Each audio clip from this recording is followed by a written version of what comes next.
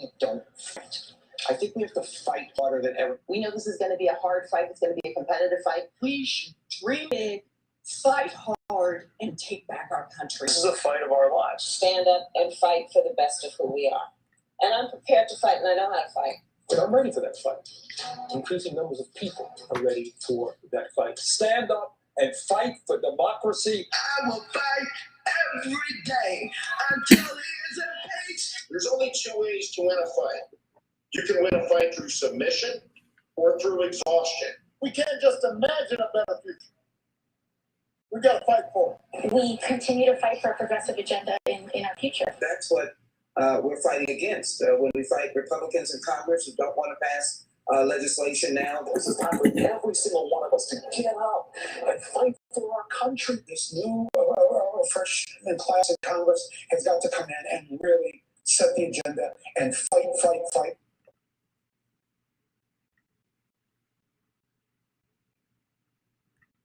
The operative word is fight. We have to fight. Unfortunately, it seems that the Republican Party, which consists of a lot of rhinos, haven't learned how to fight. They forgot the lessons that President Trump, number 45, taught them. For 4 years, he had to fight every darn day to get anything accomplished. He had to fight his own party. He had to fight the rhinos. He had to fight the Democrats. He had to fight people from within that were vicious snakes, fighting and fighting and fighting. Yet, he managed to make America great again, lowering unemployment, pushing back on China, getting fair trade deals from Mexico and Canada, installing a U.S. embassy in Israel, in Jerusalem, making peace with different countries in the Middle East. He fought, and he fought. Why the heck now are Republicans afraid to fight? Why do they want to be loved so by the Democrats? It's unbelievable.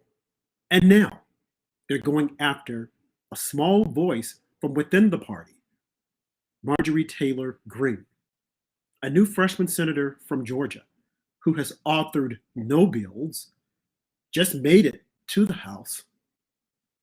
But what she has in her is the will and determination to fight.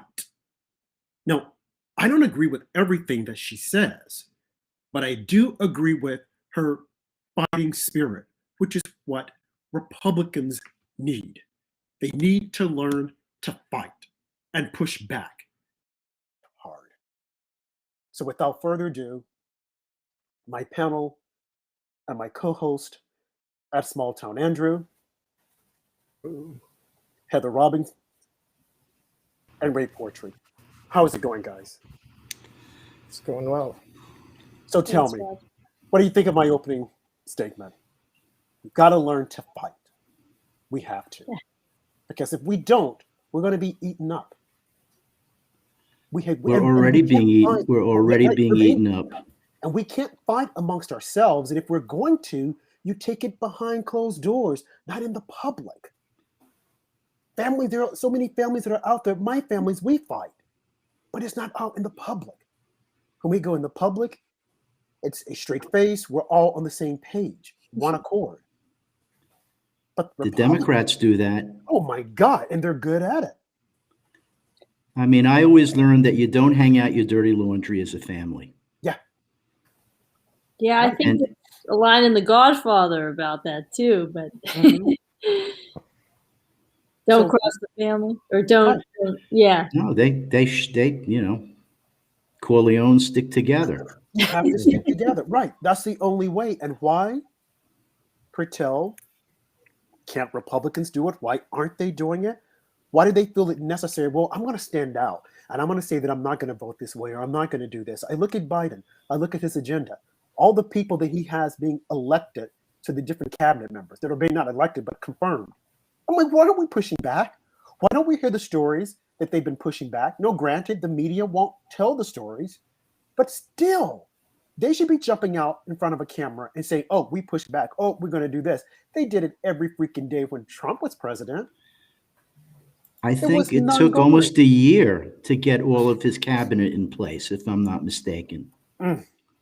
And every appointee right now is just breezing through, and there are some characters in there. Yeah. But it doesn't really matter because it's all to match an agenda. Well, you want to talk about the characters that are in there. I mean, he has Peter Strzok's wife, Melissa Hodgman, who is she's being named the acting director of the SEC. So that means she doesn't have to get confirmed. She's the acting director. Peter Strzok's wife. Now, mind you, Peter Strzok had an affair with some page lady, but the wife, she got a position in Trump's cabinet. You also have there in his cabinet. What about the mistress? I'm sorry? Teasing. Did the mistress get anything? Oh, right. Then you have Susan Levine, who was director of unemployment in Seattle. She's going to be on his cabinet. She's going to be the director of unemployment also in his White House. And just mind you, she lost $16 million in Seattle to some Ponzi scheme funded by the Nigerians. But at the same time, she and her husband gave almost, I think, $400,000 to Biden and other Democratic parties. So this is just a payola that's happening now. Well, let me just keep going. Jelena Porter, she's going to be the deputy spokesperson for the U.S. State Department. She's known for saying that police hate Black people and that they're bad people. Okay, Lisa Monaco, she is going to be in the White House, Biden's White House, director of Homeland Security, and she once put a Black man in jail for 27 years. What was his crime? Oh, he sold $20 worth of marijuana. Okay, now listen up now, it gets better. And then he's going to name Nicholas McQuaid to run the Department of Justice Criminal Division. Now you might say, who is Nicholas McQuaid?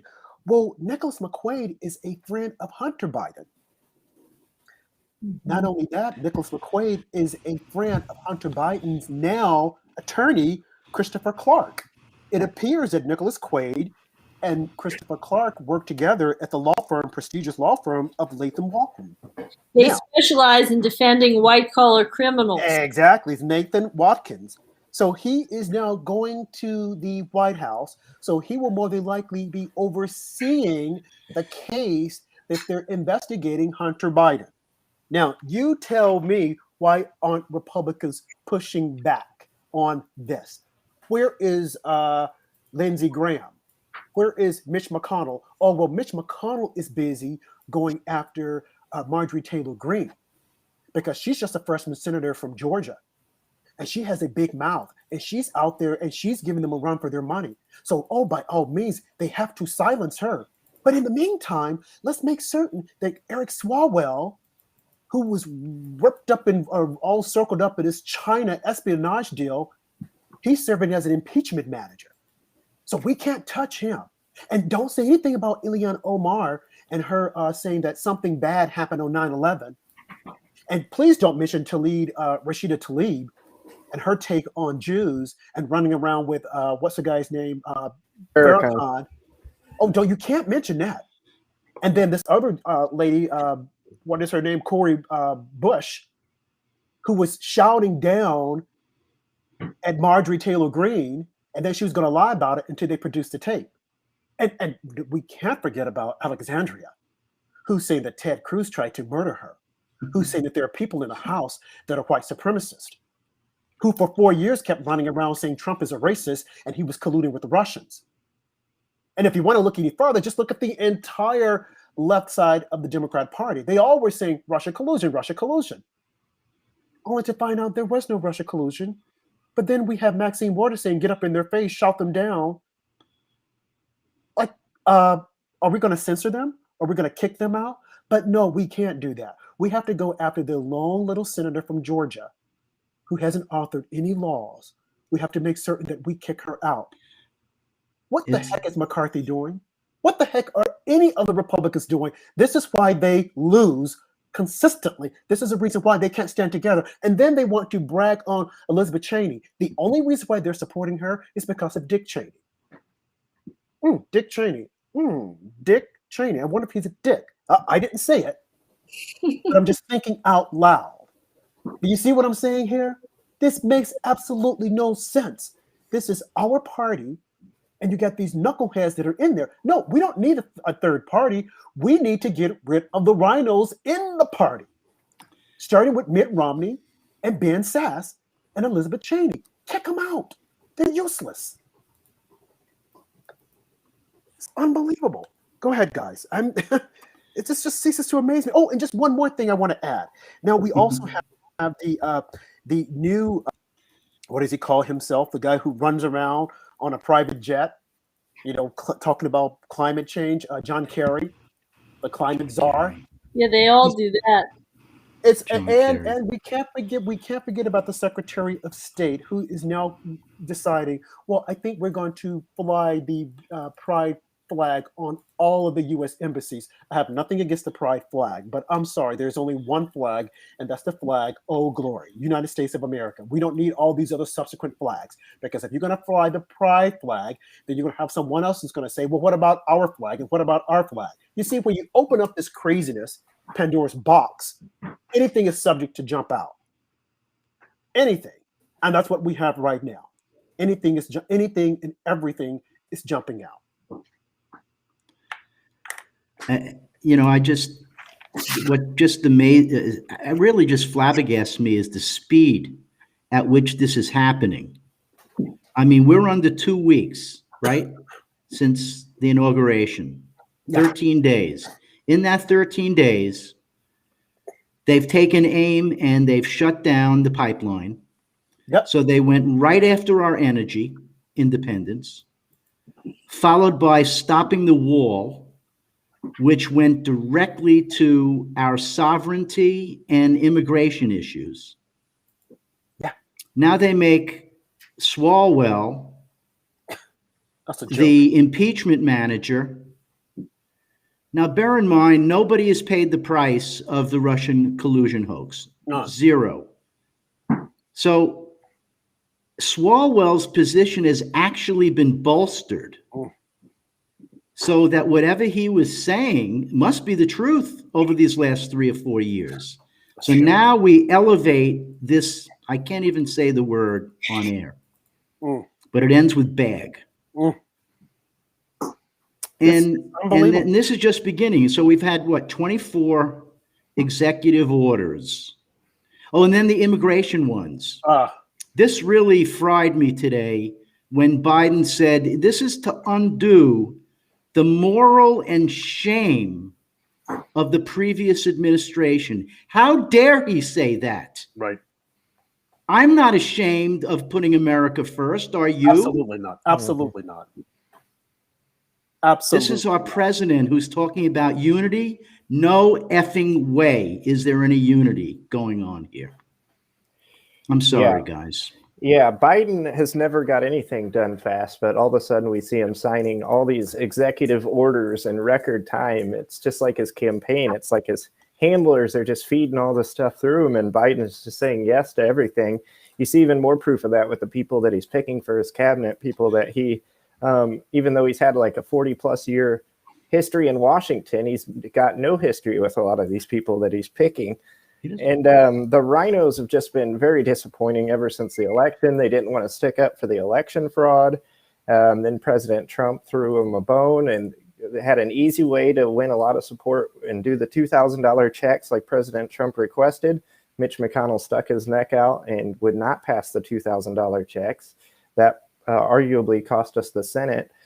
And then what we see now with Mitch McConnell attacking Congresswoman Green, it's just beyond the pale that they just keep going after people who support their party instead of all that the Democrats are doing. They're completely going along with the media's narratives. They shouldn't even comment on the Green controversy. She's just a freshman congresswoman. She should not be the head of the news every single day, but it's just a distraction. It's just exactly. It's a distraction. They can't fight. They're afraid, so they want to go after her. But as I said earlier on, what about the radicals on the left? Why aren't they out front and center calling them out? And this impeachment hoax, another hoax. Now, I mean, one of our guests had said before, the founder of the Tea Party, Michael Johns, has said that, hey, maybe this is a blessing in disguise, because maybe we'll be able to get out a lot of this information, you know, that they've been trying to suppress. And I said in the previous show, a Sunday night show, maybe we should have moved forward with the whole Russia hope that they had impeached him on Russia. And there's a possibility Barr came in so that wouldn't happen, so that all the truths would not have been exposed. Because right now, the way I'm looking at this, John Durham's report is not going to tell us a hill of beans. He's just going to say, I did the report, bye, I'm out of there. That's it. And as we were saying before we came on air, why are they trying to build up this, like create this suspense when we know that all he's going to say is, okay, there were some bad people that did some bad things, but that's it, let's move on. I'm sorry, we can't move on. We can't keep moving on. Justice for all or justice for none. And this is the reason why people are fed up. It is so evident. It is so clear. It doesn't take a rocket scientist to figure this out as to what's happening. This Kleinsmith guy should have gotten time as opposed to probation. Had it been anyone else, they would have been thrown in jail. And I'm surprised that all these black activists haven't said anything about it, because they're usually the first ones to say, oh, had he been a black person, he would have gotten time. But no, nothing at all. Just moving right along. But I'm telling you, they're going to come after you next. And when they do, no one will want to listen. No one will want to hear it. This is extremely sad, and it's unfortunate. And no one is out there talking about it, because they're talking about these other insignificant things that make absolutely no sense.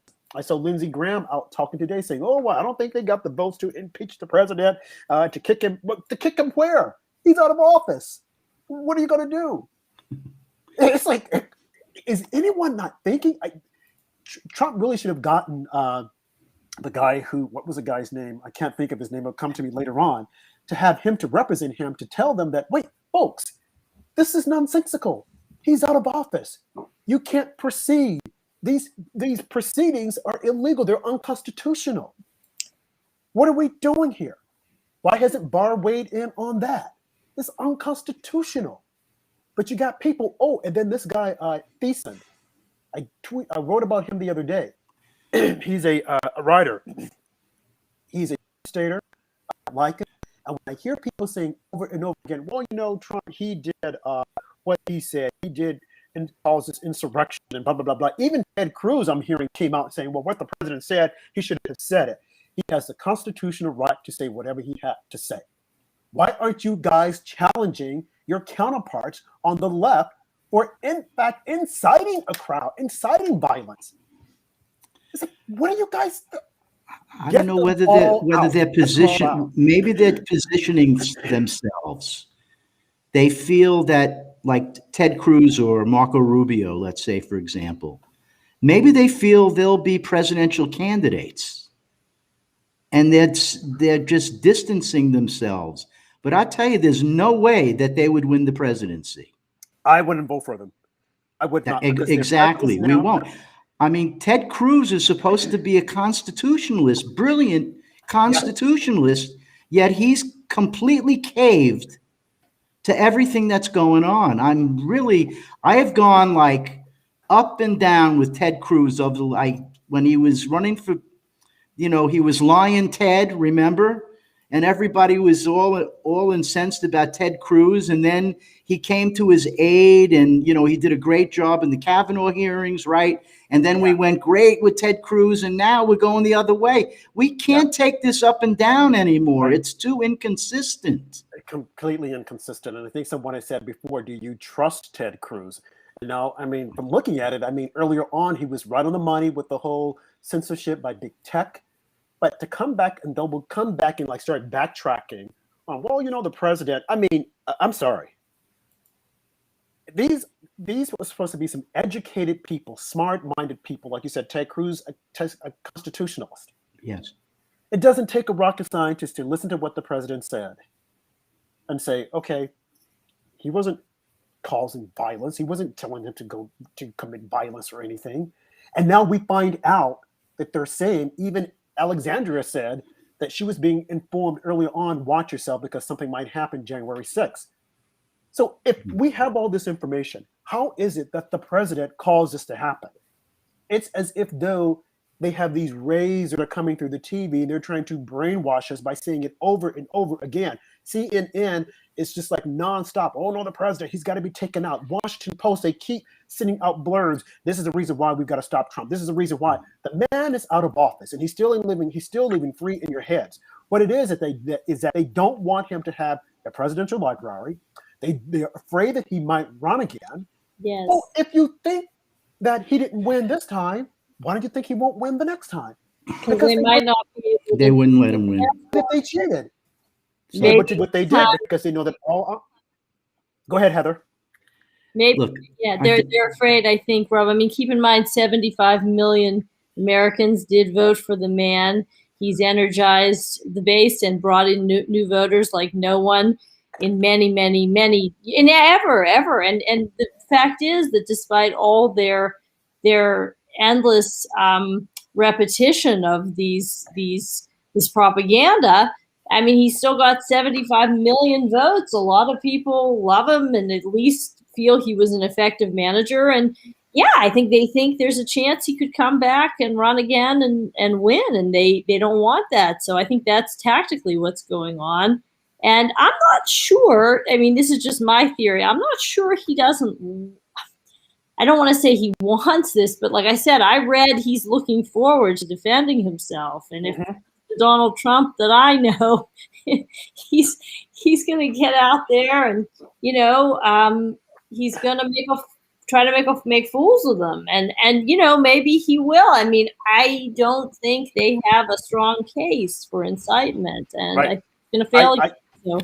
I think it would be very easy for him to make a fool out of them if they just point out the law. Again, first of all, it's unconstitutional. Let's just start with that. Ken Starr, that's the guy I was trying to think of. Ken Starr. They should just let him come out there and just say, hey, this is unconstitutional, just like Alan Dershowitz did. But of course, the media tried to damage Alex Dershowitz and tell us, oh, he's an old kook. He don't believe him. Prior to that, he was always on their show. But the moment he started defending the president and saying this is a sham, this makes no sense, oh, he's a kook. Because he's a real serious mind, and he knows the law, and he's always been someone who isn't afraid to stand up to the mob. That's what makes Dersh great. And no, I mean, not to say that he's necessarily right about everything, but I believe he's a true liberal in that sense. He's a libertarian, He stands up for speech. He's represented all kinds of clients, and he understands, he deeply grasps and values the principle. And I think he would do a very fine job, defending the president against this. And I loved your open, Rob. I think that what you did, stacking up all those quotations of all those leftists, one after the next, we got to fight for our country. The only way is to fight. I mean, everybody from President Obama to Maxine Waters to the current VP, Vice President Kamala Harris. I mean, how many times have we heard stand up and fight for your country, take back your country? I mean, if that's incitement, then they're all guilty. Exactly. So let's see this presented to the whole country, and let's give everybody a little education about what it means to live in a free country. And you can't put people away for figurative language. And this is all, it's ridiculous. I mean, why on earth would he have intentionally incited mob violence? How would that have helped his case? He was trying to pursue this legally. As we know, these people were not, I mean, I'm not trying to excuse how ugly things got and things took a bad turn, but they weren't going in there with guns blazing. I mean, they were a bunch of 50 people, 60 people on our side who did they wrong. weren't. Right. There was a good 3 to 4 weeks that people knew that there would be some kind of gathering in Washington, D.C., correct? Correct. So the Democrats you got to admit they're pretty shrewd strategists. Mm-hmm. I think we'd all agree. Just look where we are right now. Yeah. And look where the agenda is right now. They have planned this from the beginning. So what makes you think that they didn't plan to have some incidents that day? Well, not only that, I mean, I always, from the school of thought, that Muriel Bowser, the mayor, knew what was happening, and I think she might have told the police to stand down. I put this at her feet because she was responsible for making certain that everything worked copacetically.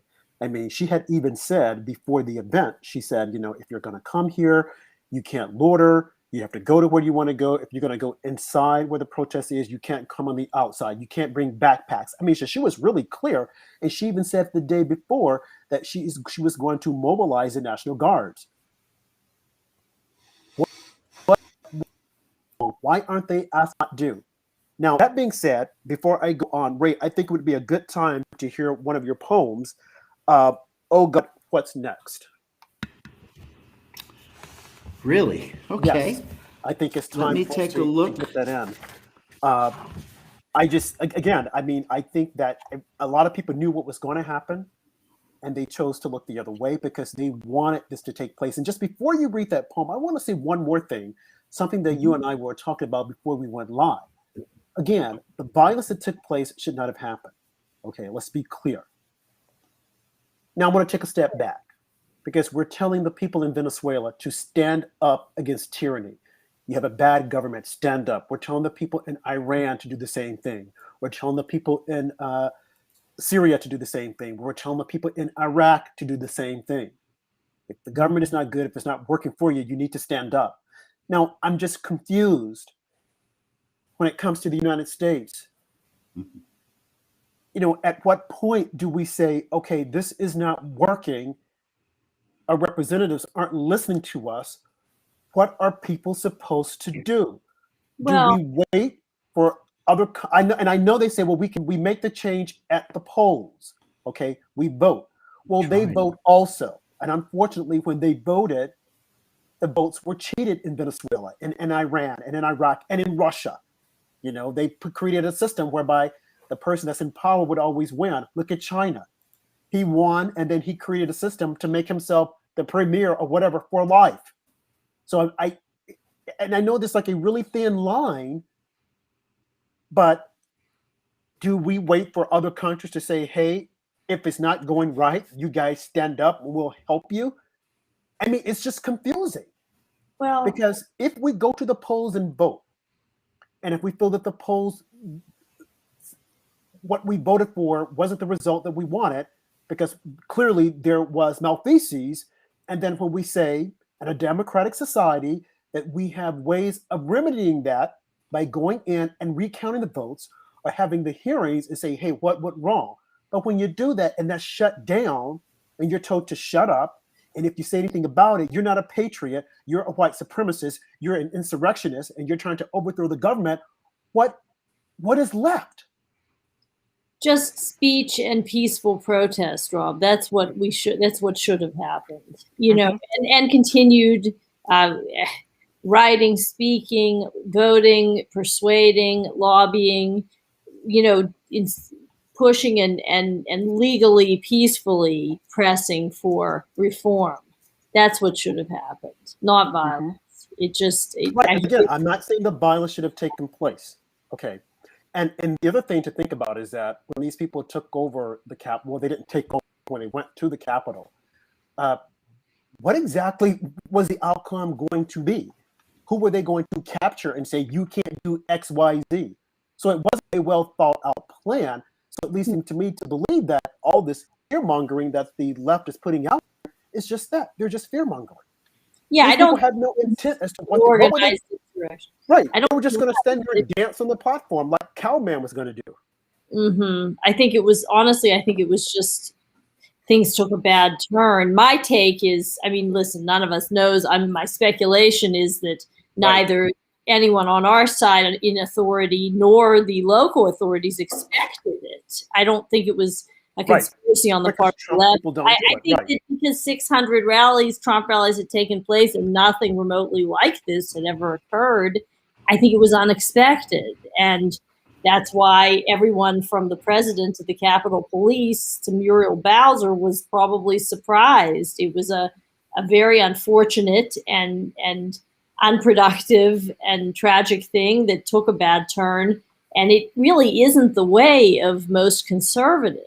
It's just not the way we operate. As you guys well know, this tends to be a very law and order system of belief. And so, you know, not to excuse it, but I guess it was the coming together of so much frustration and whatever else. And, you know, it was a shock and it was disgraceful. But my personal opinion is I don't think that anyone from the left to the right, you know, in authority expected it. Yeah. Okay, Ray, you want to go ahead with your poem now? Okay. I mean, I just want to add that, you know, we just don't know what's next. And that's really the name of the poem is, Oh God, what's next? We've seen the last 2 weeks of unbelievable, you know, executive orders and the suppression. I mean, so I wrote this poem about a year or two ago. It's called, Oh God, What's Next? It's not just the president who stands in their way. It's any idea opposed to their say. Suppressing the voices until nothing is left. That gurgling sound when we're hovered near death. History's lessons have gone ghastly astray. A new breed of Nazism. Behold its ugliest face. Insidious sewage ferments in the halls. What once was a bastion is freedom's last call. It started with the primaries, elections were next, now become lawmakers prepared for their theft. Sheepish like masses unaware of the plot. They think they feel sunshine as they boil in the pot. While hope appears lost and there's no place to go, I believe God intervenes, reversing the flow. You may go against nature for only a moment in time. We were meant to be free in our soul, body, and mind. Brilliant. That is so wonderful. Thank you. You're welcome.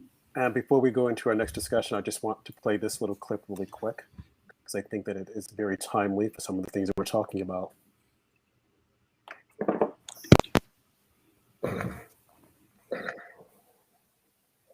Everyone here will soon be marching over to the Capitol to peacefully and patriotically make your voices heard. I am sitting here listening, watching, absorbing, thinking about Ali, even though I never met him. And with this kind of inspiration, I will go and take Trump out tonight.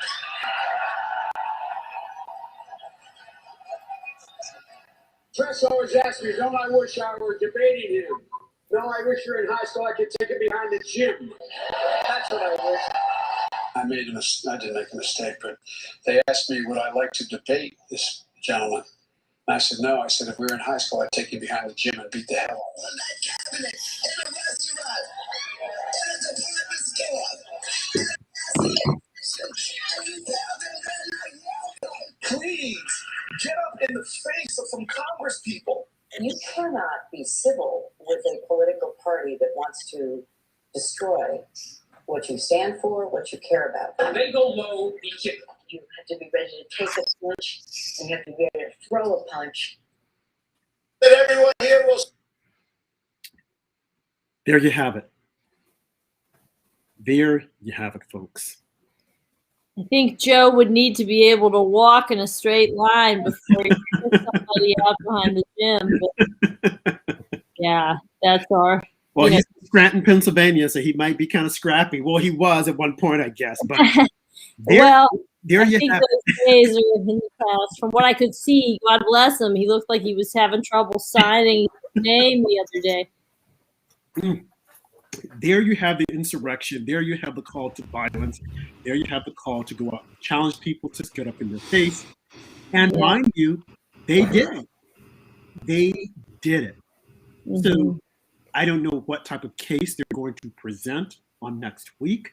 I will tune in, but there you have it. And they're saying that they want to replay the tape of the rioters taking over the Capitol or whatever, what have you. But I'm like, okay, fine. Then you need to play this tape also, over and over and over again. And I wanted to play it tonight, and I might play it every night until this is over, because there is your insurrection. There is your call to violence. There is your call to push back and to go after people that aren't like-minded. You cannot find a tape with a conservative saying that. And something that you said earlier, Heather, that is so true, is that no one had expected January 6th to take place, because we know that Trump rallies are peaceful. How many rallies have he had since 2016? Hundreds. And without incident. Now, there have been a little cute little scuffles here and there, but nothing like what we saw January 6th, and no call to violence. And if you recall, in 2017, Steve Scalise almost lost his life because of the rhetoric that the left was putting out there. And why won't Mitch McConnell or Kevin McCarthy call them out? Instead, they want to go after one little small representative from Georgia who was just elected. And we need to silence her. We need to call her in. We need to talk to her. And Mitch McConnell, she's a cancer. And, I support Liz Cheney. What has Liz done besides behave like a globalist? I don't support Liz Cheney at all. In fact, I hope someone runs against her. I want her to lose. I want them all to lose. When Mitch McConnell, she upset a lot of Wyomings. Oh, yeah. Lots. Yeah. When Mitch McConnell, if you guys recall, when he was going through a hard election in Kentucky, what did we do? We supported him on this show. I don't like him, but I supported him. And now, well, he's mad because he didn't win the Senate. Okay, get over it. We're talking about the party now. We're talking about the country, the love of the country. It is going in the wrong direction. This is the problem. Like the cabinet that we're just seeing installed right now. Yeah. It's all about the same agenda. It's the Green New Deal. It's losing our energy. It's immigration. It's the wall. All the things we fought for to make America strong are right now completely at risk. And on top of it, we're being censored.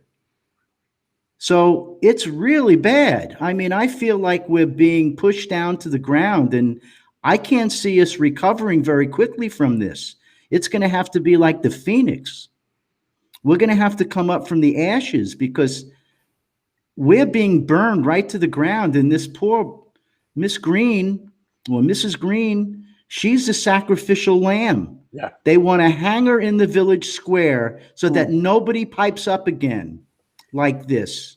Yet we allowed AOC to have all that space. All that space. Right? I mean, we and she became someone to be reckoned with. We never censored her. Yeah. With every outrageous thing that she ever said. We allowed her to be. But Republicans are not allowed to be. We gave her that space, and she was able to say what she wanted to say. She continues to say it. That Ted Cruz tried to murder her. I mean, to say words like that, I'm thinking, are you serious? He tried to murder, and then there are other people, and even Nancy Pelosi, well, there are people in the House who are white supremacists. They're saying this to a particular group of people that they want to hear this, to those young minds who will walk away and who will always believe that, who will think that. Well, I would say to them, but wait a minute, Barack Obama, a black guy, was president for 2 years. What happened? You mean to tell me that all left and then they came back? See, it's this narrative that has to be challenged. CNN is doing their darnest to get Fox News off the air. But I think you, Andrew, told me today that they're so in the ratings, they've just like bottomed out just about. Right. CNN from last week, and which was a big week, I believe it might have been inauguration week. But CNN was down 44% overall in ratings, and MSNBC was down 22%. So I actually kind of like President Trump just staying on the sidelines for a while. I think it's a good idea. He should just let them eat themselves. Yeah. You know why the ratings tanked? And he said it too at one point. I can't remember. He said, "You people, you ought to all just pray I win," because he said something like, "How do you think you've all done so well?" But quiet as it's kept. Look at late night show. Look at watches him and loves him or loves to hate him, and everybody. I mean, these other politicians are boring, man. Late night TV is not the same. You look at late night TV, Jimmy Kimmel. They're still just making fun of Trump, I noticed. But their ratings, they're just they're crashing. There's not any new material though, unfortunately. Donnie brings the drama. Donnie brings the drama. The guy on the Late Show. I mean, he was a goner. He was almost gone until Trump came on the scene. Mm-hmm. Yeah, they owe their careers. They said, I don't watch it anymore. I stopped watching Saturday. I mean, and the shows just don't have that watch anymore. Because they built their success on I just want to make a comment. Not realizing that once he was gone, they would be gone also. So you're right, Andrew. It's a good thing that Trump is quiet on the sidelines so we can watch them crash. Go ahead, Ray. I just want to talk a little about Pete Buttigieg. Yes, he being gifted the Secretary of Transportation. Gifted, okay, I like that. Probably one of the biggest cabinet positions in the country. Mm-hmm. I mean, he was the mayor of what, South Bend? And a failed mayor. And now he's the Secretary of the Transportation of the entire United States. Doesn't know what he's doing. This is just another agenda where he's going to take aim at the transportation industry, truckers, gas, oil and gas, infrastructure, as if he's ever run a company or a country. This is what I don't get. I mean, people hated Trump because he was a business person. But he did a heck of a job under incredibly difficult circumstances the last 4 years. And then they just hand the job to a guy like Pete Buttigieg, who's had no experience at that level, running the entire transportation in the United States. I don't get it. I don't see politics. Yep. And I'm finding out now that this whole thing with him saying he had served in the army, I see why Tulsi Gabbard took him to task. I thank him for his service, but the position that he was in, it wasn't as if though he was an infantryman. His role wasn't, anything that would have caused him to be in any danger. But of course, he likes to wear that badge. Like, I was in the army and I did this and I did that. It's like, okay, now we see that you're hyping on something that was exactly truthful, And now they're giving him a participation award because, he was doing well. So they thought in the polls. A good speaker, he young, fresh new voice. He checks all the box. A gay man who's married. A lot of straight single women love him. I just my friends in Manhattan, and he's like their fantasy gay boyfriend. So just possibly only in New York City their fantasy gay boyfriend. I know you gotta have your gay boyfriend. You gotta have that. Yes. Oh, girl. He has his constituency for sure. Single women. My thing is that he was a failed mayor of South Bend. Okay. And he jumps on the scene. And again, Democrats, they will prop up people. When you think about it, you think about to the early days, the Democrats' primaries, when they were trying to pick a candidate. It was all about identity politics, the looks and who the person was. I remember Beto O'Rourke. Oh, my God. They were so in love with Beto O'Rourke. I mean, he was on Vanity Fair. Barack Obama talked to him and Oprah Winfrey talked to him and everyone, oh, he's this and he's that. But he had absolutely nothing behind him. Nothing at all. Other than the fact that he was young and he was Beto O'Rourke and he reminds us of the Kennedys. Democrats always like to refer people, well, he has this Kennedy-esque about him. He's a Kennedy and he's a this. But when push came to shove, there was nothing in his tank. He was an empty suit. Yeah. Just like Kamala Harris. And she's beautiful and she smiles a lot. I can't tell you how many men I've heard say, well, at least she smiles a lot. I'm not trying to say she's not a smart woman, but right. She's a smart woman in many ways. You know, and a lot of people were mad when they would say, well, she smiles a lot. You know, no, I remember earlier on when she first ran for office as the Attorney General of California. She came on the scene, and I thought, wow, you know, she's an attractive person. She seems to be smart, you know, and that was the first thing I said. She's attractive. She seems to be smart. And guess who else said that? Barack Obama. And guess who didn't like that? Michelle Obama. She did not like when he said, have you seen that Attorney General in San Francisco? She's not bad looking. He said nothing about her capabilities. He went immediately to the looks. Now, some people would say, oh, that's sexism. Folks, get over it. Please, come on. Okay, but come on. I don't mean to interrupt you, Rob. I do suspect that's part of why. I mean, I think she's very smart and obviously very aggressive.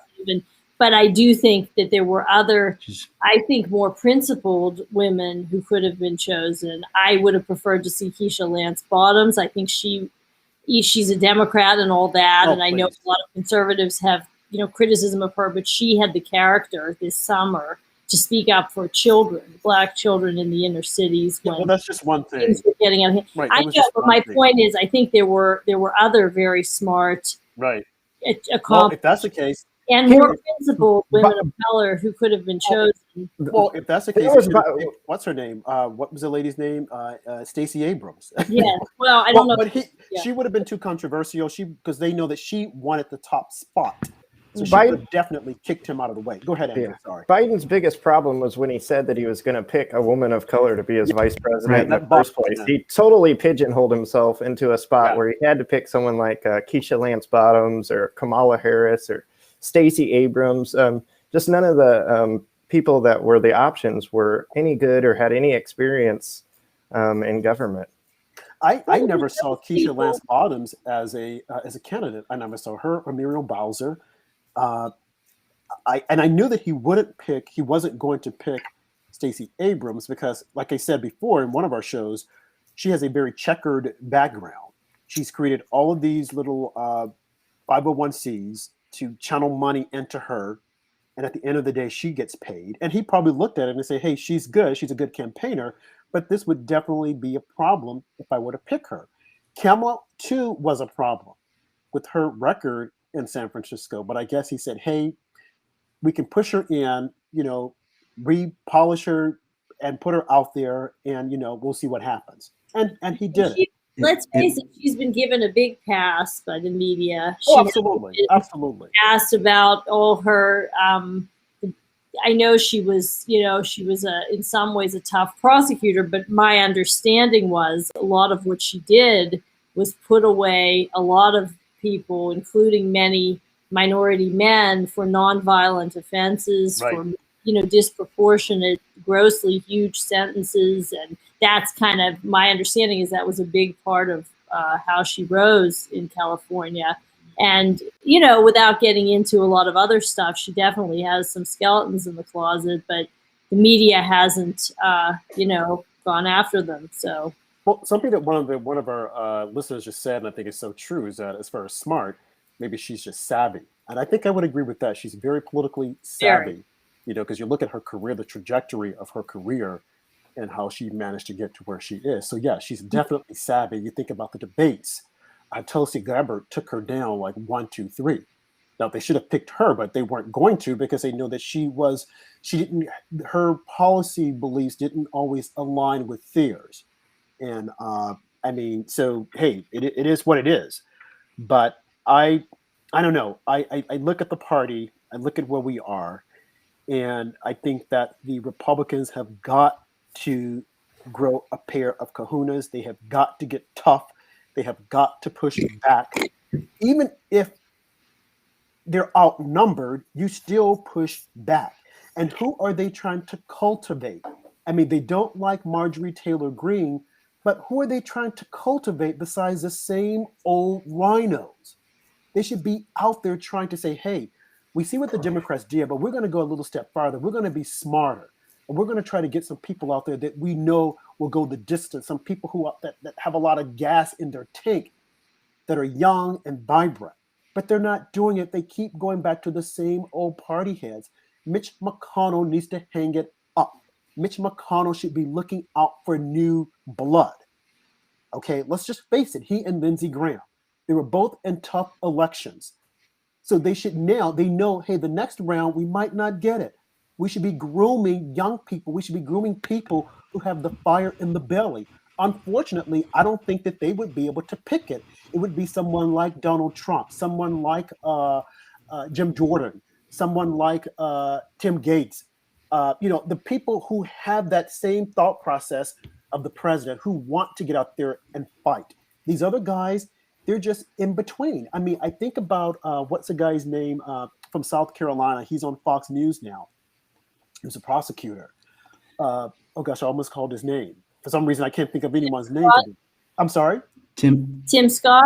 No, not Tim Scott? Not Tim Scott. He's a white guy. He retired. He's on Fox a lot now. Oh, Trey Gowdy. I almost said his name. Trey Gowdy knew that Trey Gowdy's days were numbered, and I think he knew it also. So he decided not to run again. Oh, Trey Gowdy, I mean, he's a smart lawyer, politician. He can be very smart and astute, but I think at times he gets kind of lost in the weeds, and then he finds his way out. Because if you recall, during this whole impeachment thing, he kept saying, well, the president should just shut up if he didn't do anything wrong. And then once he went in and saw the evidence, he was like, oops, I was wrong. I see why he's speaking out. Now, I don't know what he saw that we haven't seen, but we're still yet to see, a majority of that information. So we need to get people out there who are going to push for the truth, who are going to be married to the truth and saying, I'm not going to divorce this until we get the answers for the American people. We have a right to know. These politicians work for us and not for themselves. And that's one of the things that's so aggravating for a lot of people. We're 1 week away from another impeachment hearing. Yeah. This is like Yogi Berra. This is deja vu all over again. Mm-hmm. And I don't think they have anything that will result in anything. So what's the purpose of this other than to just besmirch a man that already lost, is not anything? It won't be probably never be in politics again. Well, there's no reason for him to run for president in 4 years. There's just no. But that's what it's about. That's what it's about, Ray. They want to besmirch him. They want to damage him. They want to embarrass him. They don't want him to have a presidential library. Can you imagine him having a presidential library? And it is the most visited library out there, when they have tried their darnest to say that this man is a criminal, this man is evil. And to me, that is so dangerous. We have a person, a private citizen, who decided to run for the president of the United States, and he won fair and square. And the left and the rhinos, the swamps, did not like it because he wasn't part of their political establishment. Had he not won, and had Jeb Bush won, it would have been the same old rhetoric. He's a racist. Yeah, he's a racist. And he wouldn't have challenged it. He would have just gone on, oh, okay, let them think what they want to think. But Trump wasn't going to do that. So you have the full power of the media, both left and the right, and big tech after him. Now, speaking of big tech, Facebook has decided that they're not going to run ads against Gavin Newsom with people wanting to recall the election. Facebook has decided that they're not going to. Now, I wonder why. Why wouldn't Facebook want to run the ads? You know why? Well, Gavin Newsom is part of their billionaires club.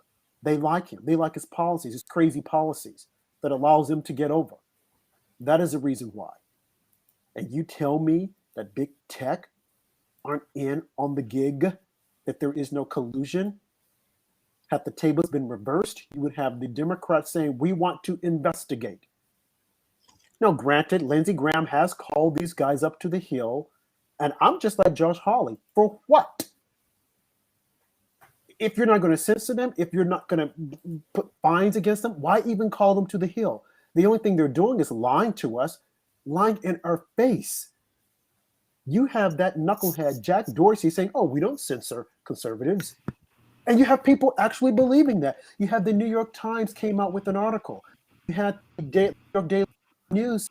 They don't censor conservatives. Wait, what planet are you on? So when they put this garbage out there, people read it and they believe it. What do you guys say about that? About big tech? Well, I use the word suppress, you know, because I think censorship technically would be coming from the government. And, you know, there's this libertarian argument that, of course, you guys know that the private business can choose, you know, who it allows. It's kind of like the freedom of association argument, which I wrote about a little bit over the past few years when Trump supporters and people in MAGA hats were getting kicked out of bars and restaurants in New York City. I interviewed some lawyers about it. I was so horrified, and I learned that it is legal for business owners to do that because it's not an immutable characteristic of someone to be a Trump supporter. It's considered a, you know, a personal preference. And just like you're allowed to, it's a weird analogy, but like in when you go to a bar or a club, this is so awful. You know, they used to, in New York, they would, in certain clubs, they would let only the people they thought who were good looking come in. And they would tell the people they thought were not attractive, go. And there were actually some people who brought suit over this, and it's obviously it's nasty and it's disgusting, but it's not illegal. But I think that the practical implications, as we know, are that because these big tech companies are so powerful and they're so facilitating of discussion at this point, that they're effectively suppressing voices. It's not technically censorship, but it's a kind of unholy alliance between, it's like they're acting as an arm of one party. And it is very ominous, and it's not civil. It's not ethical, in my opinion. It's not the American way. It discourages an open dialogue. And I think that, you know, we should definitely push back, you know, however we can on it. But I guess it's tricky legally. Well, I would just go back to, I mean, everything that you said is all fair, and I understand it completely. But you look at the phone companies, AT&T, Verizon. I view them the same way. And they can't just arbitrarily decide, well, I don't like the phone calls that Rob is making. I hate the fact that Rob is talking to Heather and to Andrew. They're having these little conference calls. And so we're going to kick them off. We're going to remove their phone number. It is the same thing. To me, it is the same thing. And they're private companies. So big tech, they're getting away with murder. And why, for the life of me, again, I can't understand why no one in the Justice Department has decided to raise their hand up and say, no, we're going to challenge this. I think, Ray, you called to my attention today that the governor of Florida, and I just saw an article that he's going to go after them. And he's going to start fining them daily and if they continue this behavior. And the other thing, just to respond, is when they support a candidate for free, that can be interpreted as a violation of the election laws. The funding. So there are some issues that can be taken, but Florida is not going to put up with it when it comes to, if they start to, you know, cause problems in elections. They're going to be fined. And, you know, where it will go, I don't know, but at least a guy named Ron DeSantis is standing up and fighting. And to me, that's collusion in itself, what they're doing with these big tech companies. And these big tech companies are trying to silence voices so that they can't be heard. I mean, you think about since November 6th, when this eradication took place, they just started going through and just removing people from different platforms and then kicking Parler off. And no one thinks that there's anything wrong with it, so it seems. Because the media, they're not talking about it. But if the tables were turned Can you imagine? I mean, and I've always said you have CNN and MSNBC, and there's only one Fox News, only one Fox at the time, but now you have Newsmax and One American News. But Fox is like the biggest, and they feel threatened by Fox that they want to shut them down because they're saying, oh, well, they're giving disinformation. Like, what disinformation are they putting out there? It's just the other opinion. You guys are saying, well, no, Biden is good. And their journalists hopefully are saying, well, no, he isn't. And look at the policies. You look at Biden has increased the unemployment roll by 11,000. He has taken $20 billion that President Trump left for him that was earmarked for farmers, and he's given it to these climate change people. He has every agency looking at climate change. He has the Department of Justice. The Department of Justice saying that our biggest threat is not ISIS, it's not Al-Qaeda, it is climate change. Are you freaking kidding me? Well, if you want to stop the climate change, if you think there's a problem, well, go knock on the door of India and China. But you want to say that it's America. Why is it that these people hate America so? You want to destroy different industries. You want to put people out of work and say, oh, well, you've been working in the coal industry for how long? 50 years? Okay, move on. You can now code. Are you seriously? Wait, what? You can now code? And you're only going to make, by the way, $20 an hour. So that job you're making 50, forget about that. And while I'm at it, I'm going to get on my Gulfstream. I'm going to fly around the country and just look go over the flyby states because they don't make a difference anyway. And this is what I'd say. I don't know who these people voted for, but if they voted for Joe Biden, serves you right. This is what you voted for. This is what you're getting. Senator Kennedy in Louisiana has also been pretty verbal lately too. Oh yeah. He's a good fighting for Louisiana because I think a third of their economy is oil and gas. So he's saying you just can't take a shot at us like this and so quickly. Anytime there's every president has a chance to pick a cabinet, have an administration, and this and that. But why did everything have to happen so fast? Why did they have to take a shotgun within 13 days and do what they did? Why couldn't they wait a little bit and just assess the country as any good CEO would do? If they were taking over a company, they would assess what's going on. I mean, what happened to the pandemic? Isn't the pandemic still an issue?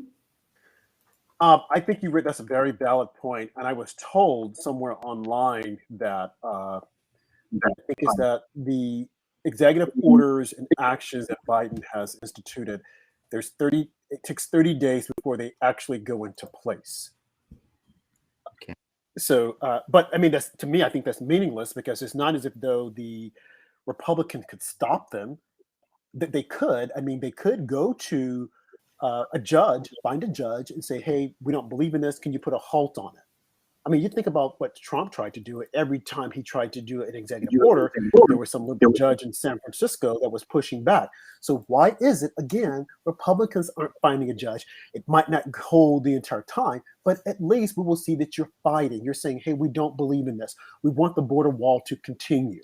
The only thing they've done is a judge came out and said, nope, you can't allow people to come into the states. Okay. Now, even Biden is saying now, folks, don't come here. This is not a good time to come here. You should stay back. Okay. But the media, they're quiet on that because they know that it makes no sense to have all these people coming in. That was a setup by George Soros and some other billionaire to have all these people at the gate trying to storm the gate to come in here this past the previous 2 summers. Go ahead, Heather. Rob, I was just going to interject that President Obama said the same thing. There's a tape of him saying, people in America, please do not your children here. Humane, we will even worse. A lot of them aren't going to make it here alive. President Obama pleaded with them not to come here. And it's a very, very, and all of these liberals that have been doing that in the name of humanitarianism, as far as I'm concerned, that's really narcissism, wanting to feel like they're doing something humanitarian, but they're not. And I understand there's hardship and suffering, and I'm sorry for those people, but dragging children across the desert, and there's plenty of trafficking going on, all kinds of terrible things that are worse, by the way, than being kept in a facility, which I'm sure is no pick, okay? But it's a very complicated set of issues, and yes, I'm sure now we're going to probably hear something different, and we won't hear being depicted as some Nazi for trying to put limits on this. Right. Well, what I would say is the immigration, call it problem, has been going on for decades, right? I mean, it's just not something that happened in the last 40 years. No, right. I mean, and like the people who have been in government for as long as Bernie Sanders and Leahy and Joe Biden and Pelosi and all of these people, you know, it's like they had the same issue. It's not just Trump put people in cages and how inhumane and shameful this immigration policy is. It's like nobody takes responsibility for anything that's got us to where we are today. And, you know, the way to fight back is just, I don't know what to do. It's, my tongue has been so tied, I can't even write a new poem. It's just, with so much going on, I'm just tongue-tied.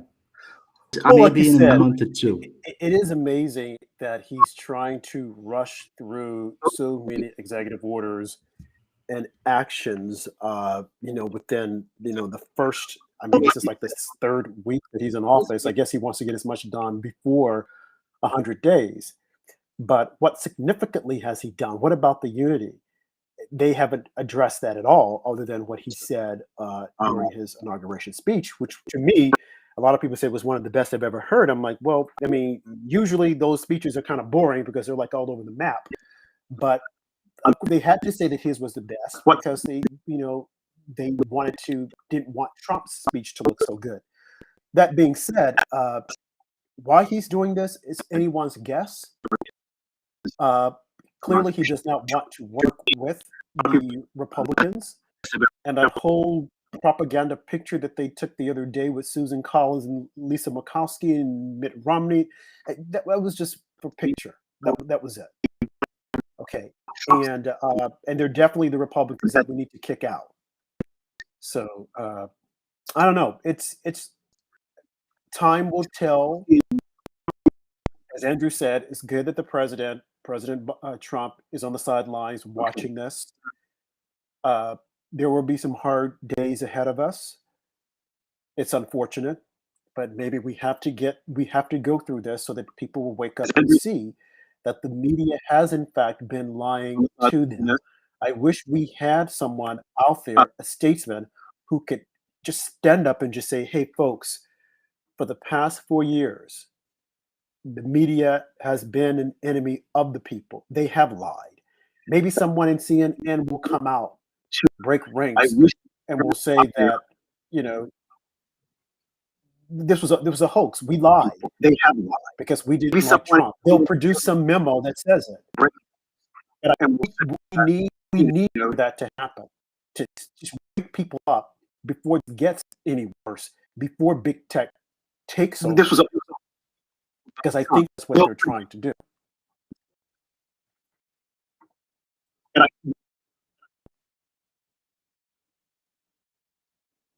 think you guys are frozen on me. Absolutely right, Robin. What we see on Twitter nowadays, like I said, I don't have an account, but I do check there, and it just looks like a big echo chamber of liberals on there. Every single trend is geared towards the Democrats. Every topic about a Republican is negative. It's just a very negative place, looks like now, and it's turned into an echo chamber where it's just, we're not getting thoughts from both sides. Right. Yeah, we're not getting calls from both sides, and like you said, it is an echo chamber, and I think that's what they want. They don't want, opposite views. They just want everyone to. It's almost like group think to think the same thing. I think right now this would be another good time for another reading, Ray. Sure. You have one in mind, Rob? Well, there was one you had sent me that I thought was really good. Fans of impeachment. Yes. Heather, I can see you now. You were frozen a little bit there. But yeah, Joni just mentioned, she said that there were 2 FBI agents that were killed today, and Biden hasn't said anything. Oh, that is such a great point. Because had Trump done that, the media would be talking about it right now. He hasn't said anything. Why hasn't he said anything? Why hasn't he come out? What is going on? Does he not care about the police? Does he this? Does he that? I mean, spinning it 12 ways to Sunday. But Biden hasn't said anything, and neither has Kamala or anyone on the Democrat side, to my knowledge. What happened? They were, from what I understand, they were serving a warrant. Biden. That's all I know. Right, but why hasn't They were. why? I mean, Christopher Wray did make a comment. No, I don't think that the president has to. But if you're going to demand that Trump says something, why hasn't Biden been a leader? Biden hasn't done anything, in my opinion, to show that he is the leader of the free world.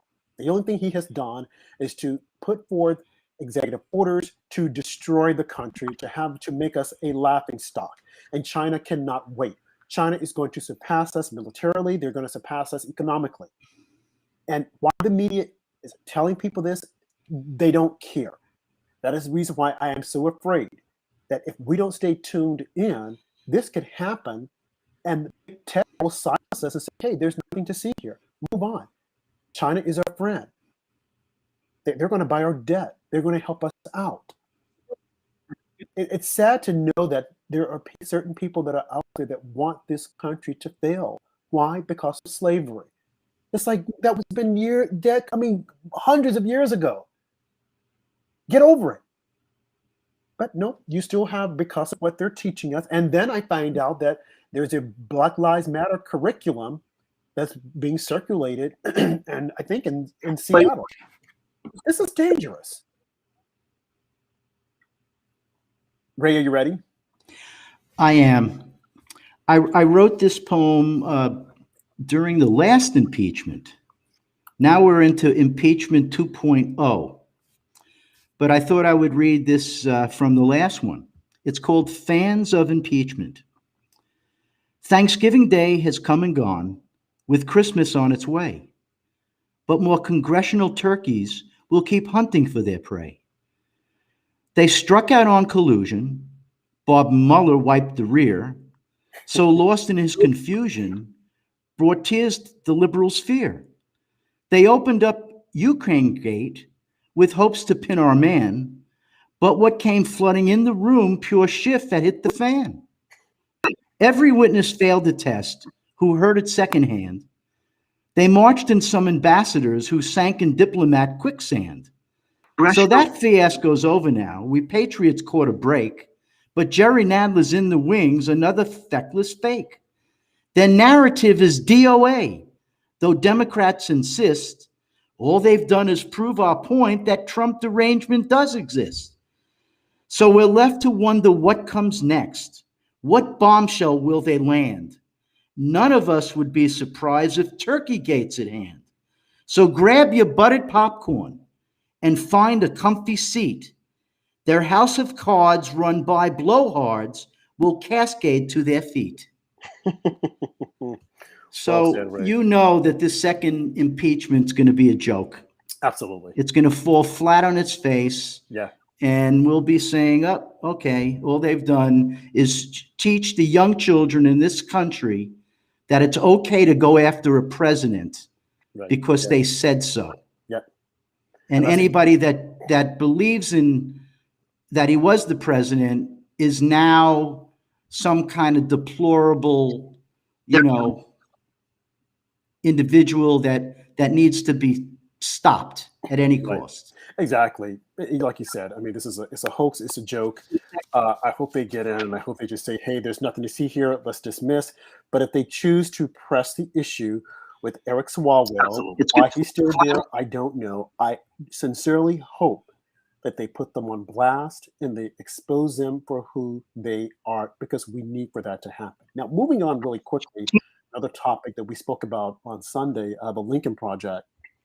It's quite amazing how all these people are trying to distance themselves from this pedophile, this freaky guy who was one of the co-founders of the Lincoln Project. When, if you again play the tape, and I wish I had a tape, you would see that he was sitting amongst them, talking to them, laughing, chi-chiing, and whatnot about how they're going to take down the president and other conservatives that supported him. Now they want to say, including George Conway, oh, we barely knew him. I don't know what he was about. I didn't know this. You've known the man for almost 20 freaking years. You've co-authored books with him. And now you're saying that you didn't know him? Give me a break. And of course, the media, as always, they're going to give them cover and not cover the story. Now, that's one incident. Now, what about the incident with Twitter and the underage minors sexually abused, and then they put it on, they went to Jack and say, and Jack wouldn't take it down. I thought that Twitter was supposed to be this clean platform, but we all know that's not true. And neither is Facebook, because they all have porn on it. And they say, oh, no, we don't. It's like, but this was a kid who's now an adult now. And I think his mom, the family, is suing Twitter. And I hope they win. But, with the judges that we have that are out there, activist judges, they might just dismiss the case because Twitter's probably paying them. This is such an incestuous relationship. And I just wish to God that someone had the nerve and the audacity to expose all of this. Project Veritas does do a lot of exposing, but there needs to be more, because people are being harmed financially and mentally because of what big tech is doing. Google is no exception. The way they run their algorithms for advertising. It has to stop. And why our Department of Justice is silent. I mean, and just the other day, we had someone from overseas, let's see if I can find the tape, who was calling them out. And she herself was saying that big tech, they can't be allowed to censor free speech. Now, if she is saying this, I'm like, why is it that here in America, that we're completely silenced about it and we think that it's no big deal? Here's a tape right here. I'm going to play this before we go off the air, because I think that everyone should see this. And this is just amazing that she even recognized what's happening. We want it clearly laid down that internet companies take responsibility for the manner in which they disseminate, promote, and remove content. Such serious interference with freedom of expression should not be based on company rules alone. There needs to be a framework of laws for such far-reaching decisions. Now, there you have it. Now, if they recognize it, why is it that Americans don't get it? Or is it that we get it and we want to pretend, oh, there's nothing to see here? They don't want to get it. We have a particular target that we want to go after, and we want everyone else to be quiet while we go after this target and say absolutely nothing.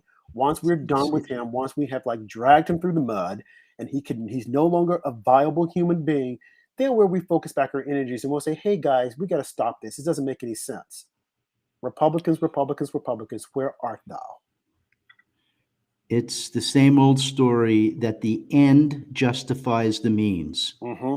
And that's what I always had a thing about Hillary Clinton. She would do anything. And she did. She did anything she could. And it was justifiable. Mm-hmm. And Democrats, liberals feel it's justifiable to shut us down because they don't like us. That's not a good enough reason to suppress and to censor somebody, that you just don't like them. That's not a reason, but this has become a reason, acceptable reason in our country. I mean, I can't even advertise my book when they shut me down in Twitter. Yeah. You know, I was selling a lot of books every month, but now they shut me down. What did I do? Yeah. I never said anything bad. Anybody that knows me from Twitter knows I never said anything negative to anybody, any elected official. Right. Never used any foul language, nothing. You spoke the truth. That's what it is. You spoke the truth. Your voice was getting too big. You had a platform. You had a book that, you know, detailed that truth, and they didn't like it. Like I said, I look back at our tweets. I look back at the stories that we've written, some of the things that we've said, and the only conclusion I could come to is that, hey, our voices were being heard. It has started to resonate. They had their algorithm that looked at it and said, wait a minute, they're getting too big. Now, granted, there are other accounts that are online on Twitter right now that, you know, far larger than ours. But were they resonating with people? Were people stopping to look? And I think that's what happened. When people stop to look, you can have a loud mouth. You have a lot of people that are out there, but you're just out there saying things and it's just going in the wind. But when people start to look, and then certain people start to retweet and say, hey, check these people out, that's what they